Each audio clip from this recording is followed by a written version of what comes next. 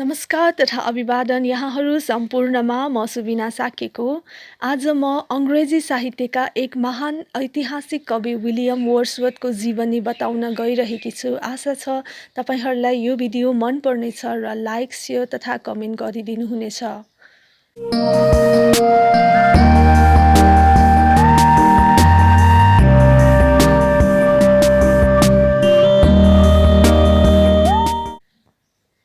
William वर्ड्सवर्थको जन्म सन् 1770मा लेक डिस्ट्रिक्टको कम्बरल्यान्ड, इङ्ल्यान्डमा भएको थियो। उनलाई हामी विभिन्न उपनामका साथ समेत चिन्ने गर्दछौँ, जस्तै कि nature poet, romantic poet, poet of childhood, man's poet, poet of village life आदि।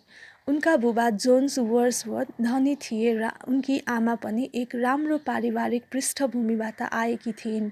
तर दुःखको कुरा, उनी 7 वर्ष मात्र हुँदा उनको आमाको मृत्यु हुन्छ। यो पीडाले उनीसँगै उनका बुबालाई पनि अत्यन्त मर्माहत तुल्याउँछ र उनको बुबाको पनि उनी 13 वर्षको उमेर पुग्दा नै मृत्यु हुन्छ। यसरी वर्ड्सवर्थ बाल्यकालमै टुहुरो बन्छ। उनले एक बालकले पाउनुपर्ने मायाबाट वञ्चित हुन्छ। उनको हजुरआमा हजुरबुवासँगको सम्बन्ध पनि खासै राम्रो हुँदैन।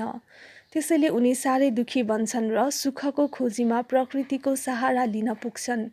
उनी सानैदेखि प्रकृतिसँग रमाउने हुन्छन्। हुन त उनी जन्मेको ठाउँ लेक डिस्ट्रिक्ट पनि प्राकृतिक तवरले अत्यन्तै सुन्दर ठाउँ हो। यस सुन्दर डिस्ट्रिक्टले धेरै महान साहित्यकारहरू जन्माएका छन्। विलियम वर्ड्सवर्थ पनि यस ठाउँमा जन्मेका एक उत्कृष्ट कवि हुन्। यसरी उनी एक फेमस नेचर पोइट अर्थात् प्रख्यात प्रकृति कवि बन्छन्।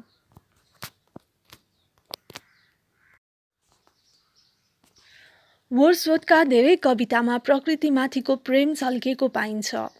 अनि अरू कवि जस्तै, उदाहरणका लागि लर्ड ब्रायनले जस्तै प्रकृतिको भयानक विध्वंसकारी नकारात्मक पक्ष कहिल्यै हेर्दैनथे। उनी भन्थे कि प्रकृति मानिसको गुरु हो। उनको प्रकृतिमाथिको प्रेमलाई 4 तहमा विभाजन गरिएको पाइन्छ, जुन यस प्रकार छन्। पहिलो, विलियम वर्ड्सवर्थ प्रकृतिको बाहिरी सुन्दरतालाई अवलोकन गर्दथे, जस्तै रङ्गीचङ्गी सुन्दर फुलहरू, हरिया डाँडा, कलकल बग्दै गरेको खोलानाला, सूर्योदय सूर्यास्तका मनोरम दृश्य आदि। दोस्रो, प्रकृतिलाई शान्तिको प्रतीकका रूपमा मान्दथे। उनी प्रकृतिमा शान्ति पाइने कुरामा विश्वास राख्दथे। तेस्रो, वर्ड्सवर्थ भन्थे नेचर इज लिभिङ सोल, अर्थात् प्रकृति जीवित आत्मा हो।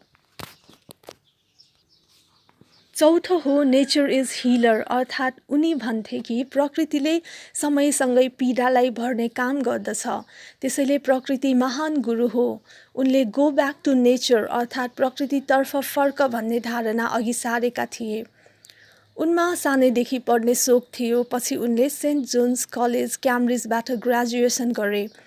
उनी सन् 1793मा फ्रान्स गएका थिए र फ्रान्सबाटै उनले आफ्नो प्रोफेसनल करियरको सुरुवात गरेका थिए। त्यति बेला फ्रेन्च रिभोल्युसन चलिरहेको थियो। फ्रेन्च रिभोल्युसन अर्थात् फ्रेन्च क्रान्तिबाट उनी प्रभावित भएका थिए। फ्रान्समा उनले एनेट भ्यालन नाम गरेका युवतीलाई भेट्छन्, जोसँग उनको प्रेम पर्छ। तर उनको आर्थिक अवस्था कमजोर हुँदै गएकोले आफ्नो प्रेमिकालाई छोडेर जन्मथलो इङ्ल्यान्ड फर्कनु पर्ने हुन्छ। त्यही बेला फ्रान्समा युद्ध चर्किन्छ र प्रेमिकालाई भेट्न फ्रान्स जान पाउँदैनन्। पछि फ्रेन्च रिभोल्युसनले जब हिंसाको रूप लिन्छ, त्यसबाट उनी विरक्तिन्छन्। प्रेमिका एनेट भ्यालेन र उनको एक छोरी हुन्छ, तर उनीहरूले कहिल्यै बिहे गर्दैनन्। उनी इङ्ल्यान्ड फर्केर आफ्ना प्रिय दिदी डोरोथीसँग बस्छन्। यहाँ उनको आफ्ना मिल्ने साथी समुएल टेलर कोलराइटसँग मिलेर सन् 1798मा लिरिकल ब्यालेड लेख्छन्। लिरिकल ब्यालेड भन्नाले नेपाली भाषामा लोकगाथा भन्न सकिन्छ। लिरिकल ब्यालेड उनका अत्यन्तै महान काममध्ये एक बन्न पुग्छ। लिरिकल ब्यालेडबाट रोमान्टिक एजको जन्म हुन्छ। लिरिकल ब्यालेड लेख्न अघि अङ्ग्रेजी साहित्यहरूमा मात्र ठुल्ठुला राजा रानी, धनाढ्य व्यक्ति, महान व्यक्तिहरूको बारेमा लेखिन्थ्यो। तर जब विलियम वर्ड्सवर्थले समुएल टेलर कोलराइटसँग मिलेर लिरिकल ब्यालेड लेखे, उनको धारणा उनले साधारण मानिसका धारणालाई नै परिवर्तन गरिदिए। उनले यसरी साधारण मानिसको साधारण जीवनमा पनि सुन्दर हुन सक्छ र कवितामा यी जीवनहरू उतार्न सकिन्छ भन्ने कुरा उनका कविताले पुष्टि गरे। यसले आम मानिसको हृदय छोयो। कविता भनेको आम मानिसको बुझ्ने भाषामा हुनुपर्छ भन्ने वर्ड्सवर्थ र कोलोराइजको धारणा थियो। उनीहरूको यस्तो विचारले त्यति बेला साहित्यको क्षेत्रमा उथलपुथल नै मचाएको थियो। अन्ततः लिरिकल ब्यालेटले रोमान्टिक एजको जन्म गरायो।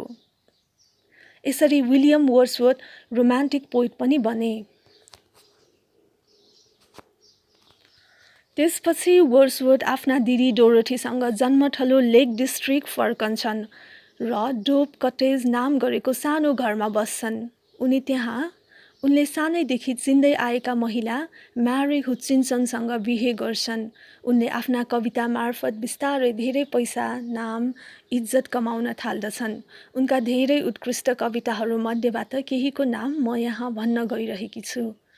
1. I wander lonely as a cloud. 2. We are 7. 3. Slumber did my spirit seal. 4. Ode to Dury. 5. Solitary Reaper. 6. London 1802. 7. The Prelude. 8. Tinton Abbey आदि। यसरी अङ्ग्रेजी साहित्यमा धेरै महान कविताहरू लेखिसकेपछि 23 अप्रिल 1850 को दिन 80 वर्षको उमेरमा उनको मृत्यु हुन्छ।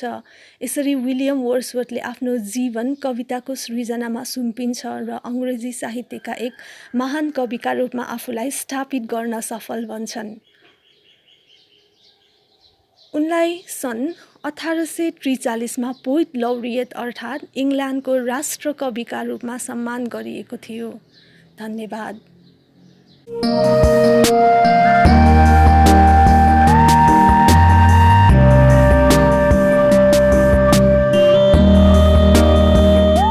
आज मैले यहाँहरूमाझ विलियम वर्ड्सवर्थको जीवनीका केही तथ्य अघि सारे।